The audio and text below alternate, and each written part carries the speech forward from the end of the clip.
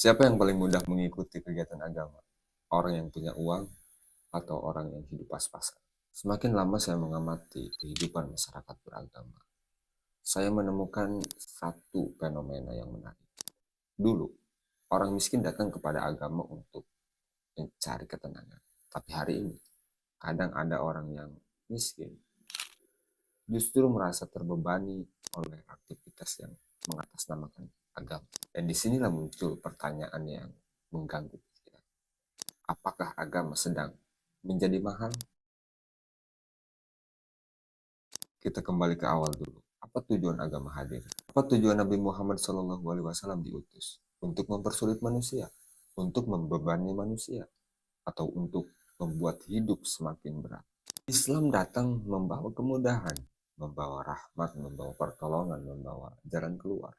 Nabi Muhammad SAW lahir di tengah masyarakat yang tertindas, yang lemah, yang miskin, yang tidak memiliki kekuatan, dan sepanjang hidupnya beliau selalu berpihak kepada mereka.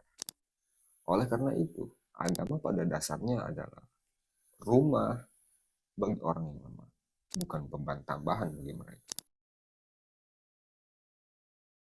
Saya tidak sedang berbicara tentang ajaran Islam.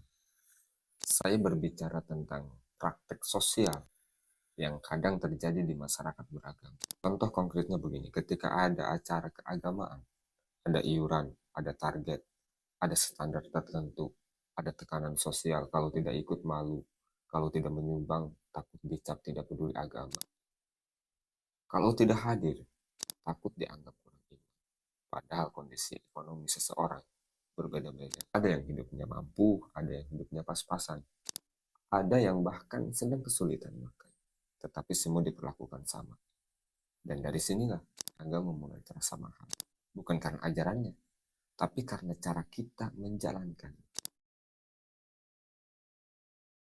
Perlu saya tegaskan dulu, gotong royong itu baik, patungan itu baik, saling membantu itu juga baik.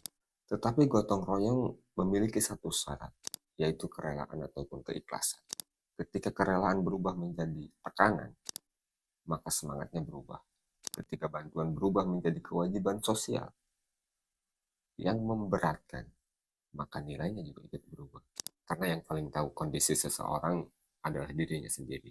Bisa jadi seseorang tersenyum ketika menyerahkan uang iuran, tetapi malamnya ia bingung membeli beras ataupun membeli apa kebutuhan pokok. Bisa jadi seseorang terlihat ikut berpartisipasi, tetapi sebenarnya ia sedang meminjam uang.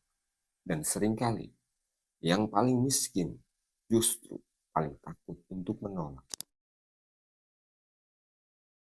Ini pertanyaan kritis yang penting. Kadang kita mengatakan, ini demi syiar Islam, demi menghormati Nabi, demi kemuliaan agama. Coba kita bertanya lebih dalam dulu.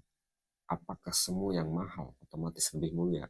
Apakah semua yang mewah otomatis lebih religius?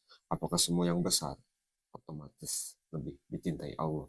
Karena kalau kita melihat kehidupan Nabi, kita menemukan kesederhanaan. Kalau kita melihat para sahabat, kita menemukan pengorbanan. Kalau kita melihat ulama-ulama besar, kita menemukan kejuhudan. Maka pertanyaannya, jangan-jangan yang sedang kita bangun bukan kemuliaan agama, tetapi gengsi kolektif masyarakat. Ini bagian yang sering membuat hati seseorang bertanya. Dana dikumpulkan dari masyarakat, termasuk dari mereka yang hidup sederhana, termasuk dari buruh, petani, pedagang kecil, janda tua, pekerja harian. Tetapi hasilnya setelah acara selesai, siapa yang paling merasakan manfaatnya? Apakah mereka? Atau orang-orang yang memang sejak awal sudah berkecukupan? Pertanyaan ini bukan tuduhan. Ini muhasabah. Karena agama yang sehat selalu membuka ruang evaluasi, bukan menutupnya. Kalau kita membaca sedikit sirah Nabi, ada satu pola yang sangat jelas. Nabi selalu memikirkan orang kecil. Beliau memikirkan yatim, beliau memikirkan janda, orang miskin, musafir, budak yang tertindas. Karena ukuran keberhasilan sebuah masyarakat bukan bagaimana mereka memperlakukan orang besar, tetapi bagaimana mereka memperlakukan orang yang lemah. Hari ini kadang kita terlalu sibuk menghormati yang kuat, sampai lupa memperhatikan yang membutuhkan. Ini salah satu penyakit yang sering muncul dalam sejarah, ketika simbol menjadi lebih penting daripada nilai. Orang sibuk membangun panggung, tetapi lupa membangun kepedulian. Orang sibuk membuat acara, sampai lupa membantu tetangga. Orang sibuk merayakan ajaran, tetapi lupa menjalankan ajaran. Padahal agama tidak pernah berhenti pada simbol. Agama selalu menuju manfaat, menuju keadilan, kasih sayang, kemanusiaan. Kita coba berandai-andai di tengah kebisingan.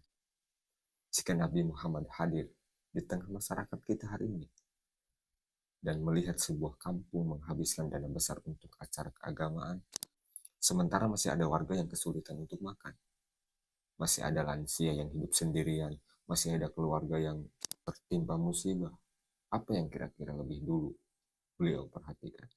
Karena sepanjang hidupnya Nabi, beliau selalu berpihak kepada yang lemah, bukan kepada kemegahan.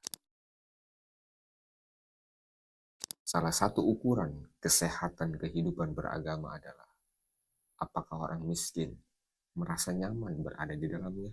Apakah mereka merasa dirangkul ataukah merasa terbebani? Apakah mereka merasa dibantu ataukah merasa dimanfaatkan? Karena agama yang dibawa Nabi adalah agama yang membuat orang lemah merasa memiliki tempat. Bukan agama yang membuat mereka takut tidak mampu mengikuti standar sosial. Mungkin pertanyaan terbesar yang harus kita pikirkan, apakah agama yang kita tampilkan hari ini masih menjadi rahmat bagi masyarakat kecil? Ataukah tanpa sadar telah berubah menjadi beban sosial yang harus mereka tanggung? Agama tidak pernah diukur dari besarnya anggaran, tidak diukur dari megahnya acara, tidak diukur dari mahalnya perayaan. Agama selalu diukur dari manfaatnya, dari keadilan, kasih sayang, dan keberpihakan kepada mereka yang lemah. Dan mungkin cara terbaik memuliakan agama bukan dengan membuatnya semakin mahal, tetapi dengan memastikan bahwa setiap orang, termasuk orang yang paling miskin sekalipun, tetap bisa merasakan kemuliaan dan manfaat. Dan mungkin cuma itu yang bisa gue sampaikan. Sampai ketemu lagi di konten selanjutnya. Salam dari gue, selamat.